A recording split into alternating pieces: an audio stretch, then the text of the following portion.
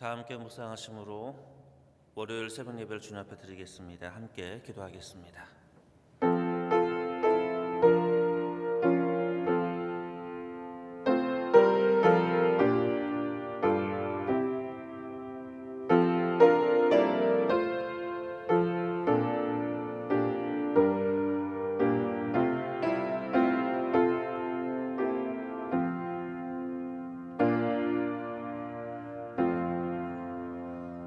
은총의 하나님, 이 이른 아침 주님 앞에 나아갑니다.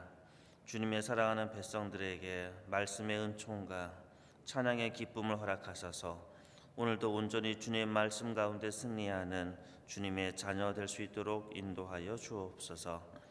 예수님의 이름으로 기도합니다. 아멘. 다 함께 찬송가 510장 주님께 찬양 올려드리겠습니다. 찬송가 510장입니다.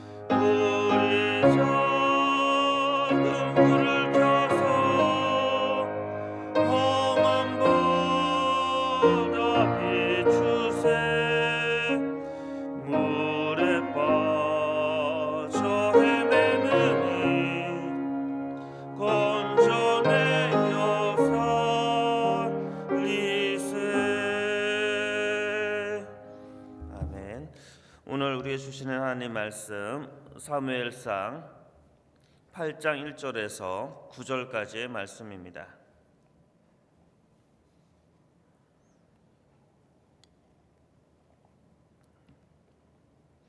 사무엘상 8장 1절에서 9절까지의 말씀을 한 절씩 교독하도록 하겠습니다.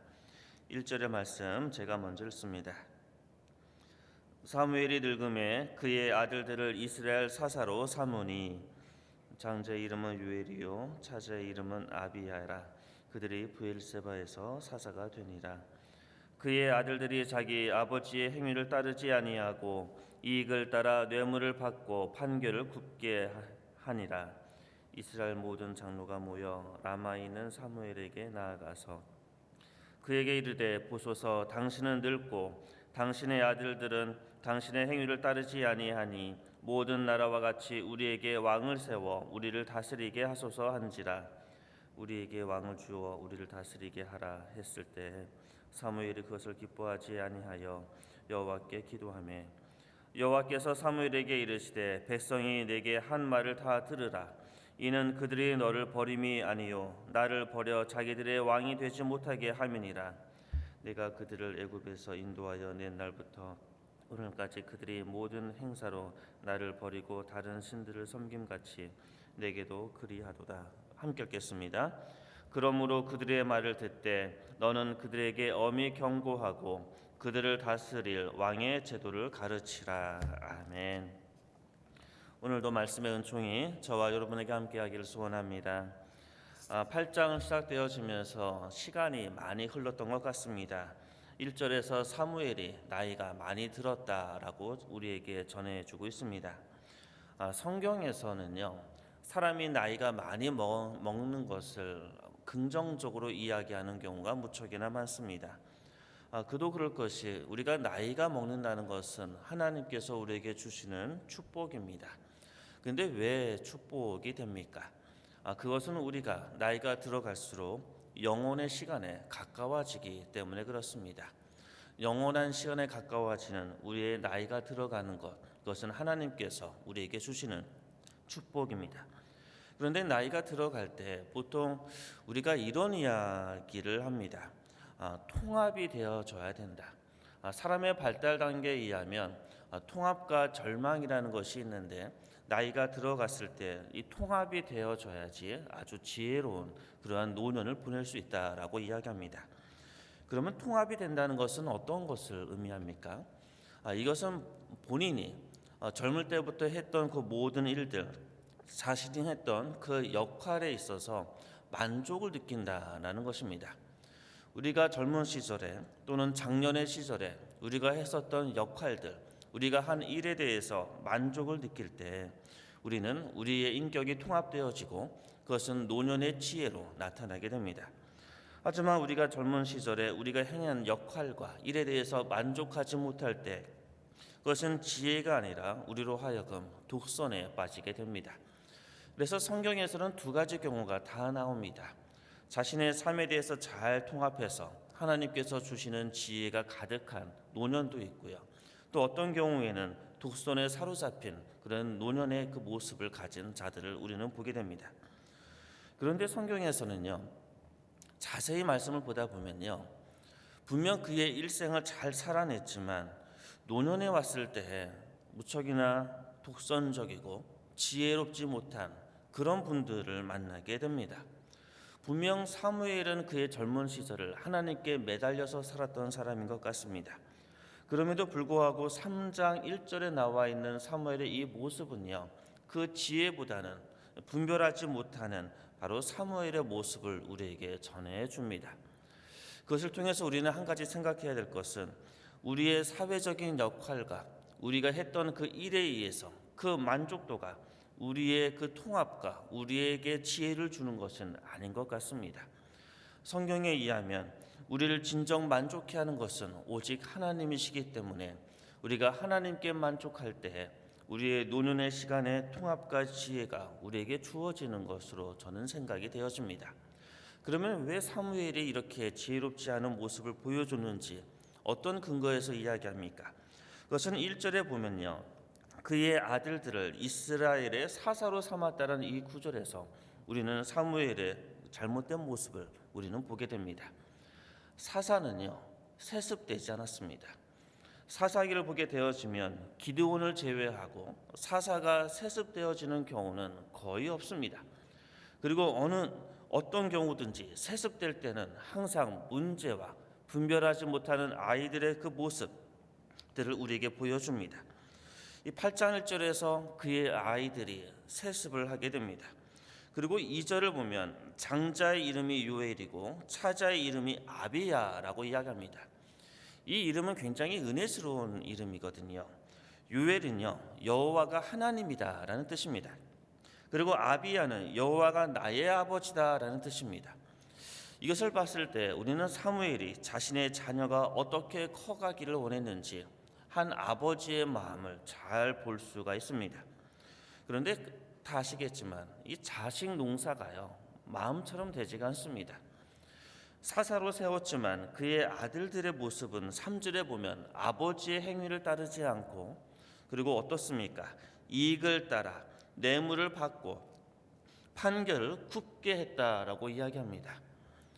우리는 자녀를 키울 때 우리가 해결하지 못하는 감정이 있습니다. 혹시 무엇인지 기억이 나십니까? 자녀를 키울 때 제일 해결하지 못하는 감정은요, 분노와 죄책감인 것 같습니다. 아이들 때문에 화가 났던 경험 한두 번은 다 하지 않습니까? 그때 우리의 마음속에 불러들이는 그 분노감은 우리를 때로 휘어잡을 때가 있습니다. 그리고 그렇게 아이들한테 분노를 표현하면 그 다음에 무엇이 나타납니까? 죄책감이 올라옵니다. 그래서 아이를 키울 때 이 분노와 죄책감은 부모들이 해결하지 못하는 감정입니다. 우리는 이 죄책감을 가질 때 왜 죄책감을 갖습니까? 이런 이야기를 많이 듣지요. 아이들은 부모의 뒷모습을 보고 성장한다. 너무나 잘 맞는 말씀입니다. 그런데 그런 이야기를 들을 때 부모들은 죄책감을 갖게 됩니다. 아이들이 때로 실수하고 아이들이 잘못된 모습을 보여줄 때 내가 너무나 부족해서 그렇구나. 나의 뒷모습이 너무나 형편없어서 우리 아이들이 이렇게 행동하는구나. 이런 죄책감에 빠지게 됩니다. 그런데 우리의 인생은 결코 그런 것 같지 않습니다. 성경을 보면요, 그 부모가 믿음의 사람으로서 잘 살아내지만 그 자녀들은 사사로서 또는 한 아들로서 또는 제사장으로서 굉장히 타락한 자녀들의 모습을 우리에게 보여주고 있습니다. 때로는 열왕기를 보게 되어지면 므낫세처럼 굉장히 악한 왕, 악하고 가장 악한 왕이지만 그의 자녀는 굉장히 훌륭한 아들이 등장하는 경우도 있게 됩니다. 다시 한마디로 표현한다면 부모의 모습과는 상관없는 자녀들의 모습들이 성경에서 소개되어지고 있습니다. 그래서 우리는 사회적인 이론으로, 아이들의 발달에 대한 이론으로 자녀들의 모습에 대해서 부모의 역할과 자녀들이 왜 이렇게 성장했는지 여러 가지 해석들이 가능할 겁니다. 그런 해석들은 다 어느 정도 타당하고 우리가 참조해야 될 내용입니다. 그럼에도 불구하고 성경에서 우리에게 전해주는 아버지와 아들의 관계 속에서의 문제는요, 한마디로 이야기한다면 자녀들의 인생을 부모가 통제할 수 없다라고 저는 그렇게 보게 됩니다. 자녀들이 어떻게 성장하고 그들이 어떠한 모습으로 자랄지 결코 부모가 결정지을 수 없다는 겁니다. 그것은 부모의 모습에 따라서 자녀들이 변하기보다는 부모의 여러 가지 모습에도 불구하고 자녀들의 다양한 모습을 우리에게 전해주기 때문에 그렇습니다. 그것은 우리의 삶의 경험에도 마찬가지 않습니까? 교회 안에서 훌륭한 인품을 가졌지만 자녀들이 좀 어긋난 경우도 보게 되어지고요. 그 부모의 모습이 좀 부족하지만 훌륭한 인격을 가진 그런 자녀들도 보게 되어집니다. 한마디로 우리의 통제를 벗어난다는 겁니다. 그 이야기는 다른 말로 표현한다면 우리의 자녀들이 성장할 때 우리가 통제할 수 없고 오직 하나님의 손에 맡길 수밖에 없다는 겁니다. 우리의 자녀들을 온전히 하나님의 손에 맡기고 하나님의 손에 맡겨서 함께 기도하고 나가는 방법 외에는 우리가 자녀를 양육하고 키우는 방법은 사실 없다라고 저는 개인적으로 생각하고 있습니다. 그리고 성경에서는 끊임없이 그러한 자녀들에 대한 이야기가 우리에게 전해줍니다.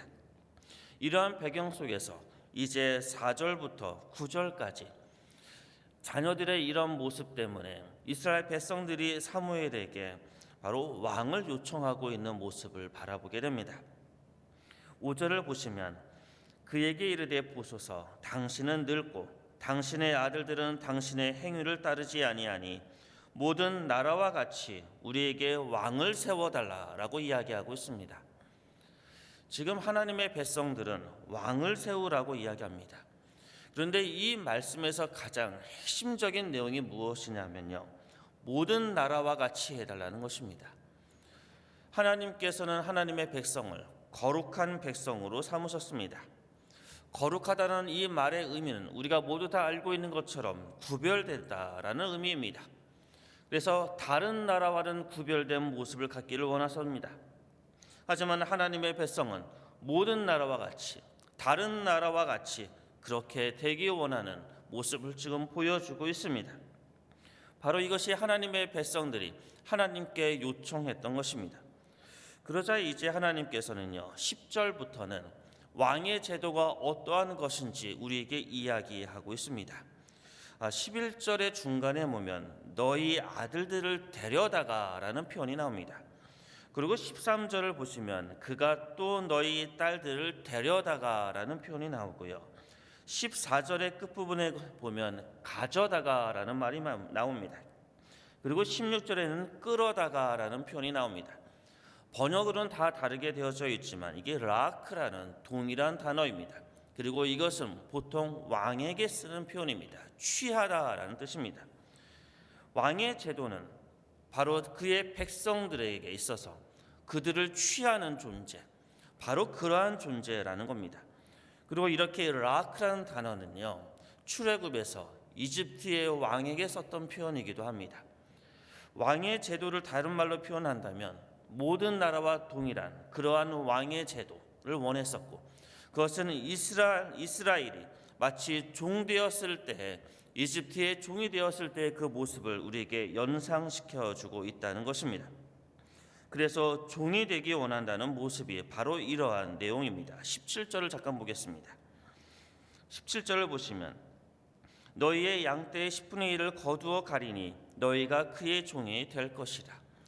그러니까 하나님의 백성이 지금 왕을 요청하는 것은 다른 나라와 동일한 그러한 나라가 되겠다. 그리고 그 안에 내포되어진 의미는 이집트처럼 애굽처럼 그런 삶의 방식을 살아가겠다. 그래서 끝내 종된 모습으로 살아가겠다라는 것이 바로 왕을 요청했던 하나님 백성들의 결정적인 문제라는 것입니다. 사랑하는 성도 여러분, 하나님께서 우리에게 요구하는 삶이 있습니다. 그것은 구별된 거룩한 삶입니다. 그런데 오늘 우리는 여전히 세상 사람들의 가치관과 그들의 기준으로 우리의 삶을 살아내려고 합니다. 그리고 우리는 마치 종이 되려고 합니다. 때로는 권력의 종이, 때로는 돈의 종이, 때로는 명예와 영광의 그런 종이 되기를 원합니다. 세상적인 가치와 세상적인 질서에 속해서 그것의 종이 되어서 살아가기 원하는 모습들이 바로 우리의 모습입니다.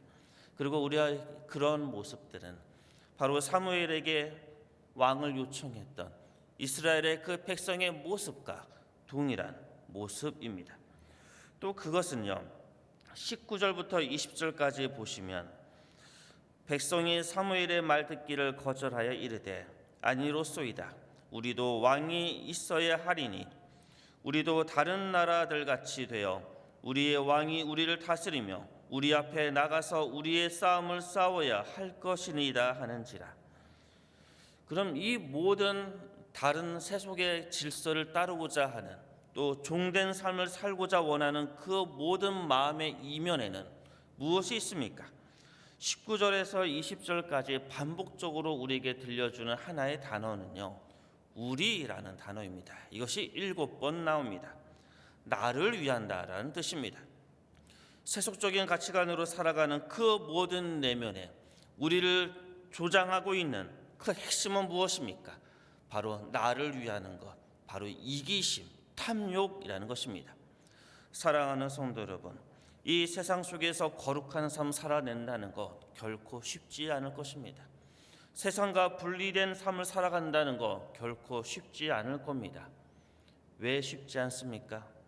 내 내면의 탐욕과 내 내면의 이기적인 생각과 이기적인 가치관과 세계관이 붙잡고 있기 때문에 그렇습니다.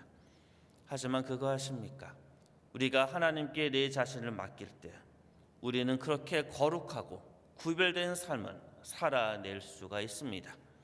그리고 생각보다 쉽게 그 삶을 살아낼 수 있다라고 우리의 믿음의 선배들과 성경에서는 끊임없이 우리에게 전해줍니다. 사랑하는 성도 여러분, 2022년도를 살아가면서 온전히 하나님께서 우리에게 주셨던 말씀처럼 구별되고 거룩한 삶 살아가는 주님의 자녀 되기를 원합니다. 그러기 위해서 말씀과 기도로 주님 앞에 나아가고 내 내면에 나를 붙들고 있는 탐욕과 이기적인 생각에서부터 자유함을 얻어 세상의 종이 아니라 하나님의 진정한 자녀로서 축복된 삶 살아가는 주님의 귀한 백성 되기를 주님의 이름으로 축원합니다. 함께 기도하겠습니다. 사랑의 하나님, 여전히 내 마음속에 있는 탐욕과 이기심이 나를 세상의 종으로 만들어 갑니다. 주님, 온전히 말씀과 기도로 하나님의 자녀 되어서 구별되고 거룩한 삶 살아가는 주님의 자녀 될 수 있도록 인도하여 주옵소서. 예수님의 이름으로 기도합니다. 아멘. 주님이 가르쳐준 기도로 새벽 예배를 마치겠습니다. 하늘에 계신 우리 아버지, 아버지 이름을 거룩하게 하시며 아버지의 나라가 오게 하시며 아버지의 뜻이 하늘에서와 같이 땅에서도 이루어지게 하소서. 오늘 우리에게 일용할 양식을 주시고 우리가 우리에게 잘못한 사람을 용서하여 준 것 같이 우리 죄를 용서하여 주시고 우리를 시험에 빠지지 않게 하시고 악에서 구하소서. 나라와 권능과 영광이 영원히 아버지의 것입니다. 아멘. 우리 이 시간 주님 앞에 함께 기도하기를 원합니다. 오늘 주님께서 주신 말씀 기억하며 우리의 인생은 우리가 결코 통제할 수 없는 인생입니다. 우리의 자녀도 통제할 수가 없습니다. 이 시간 함께 기도할 것은 주님 앞에 우리 마음속에 탐욕과 이기심이 없어지게 하시고 온전히 우리의 자녀들과 우리의 삶을 하나님의 통제의 손에 두는 하나님의 자녀 되게 해달라고 우리 시간 함께 주님 앞에 기도하겠습니다. 함께 기도합니다. 사랑의 하나님 감사합니다. 주님, 우리의 인생, 우리의 삶, 우리의 자녀를 온전히 우리의 손으로 통제할 수도 없고 우리가 어떻게 할 수도 없습니다. 온전히 하나님의 손에 맡기오니 주여, 주님께서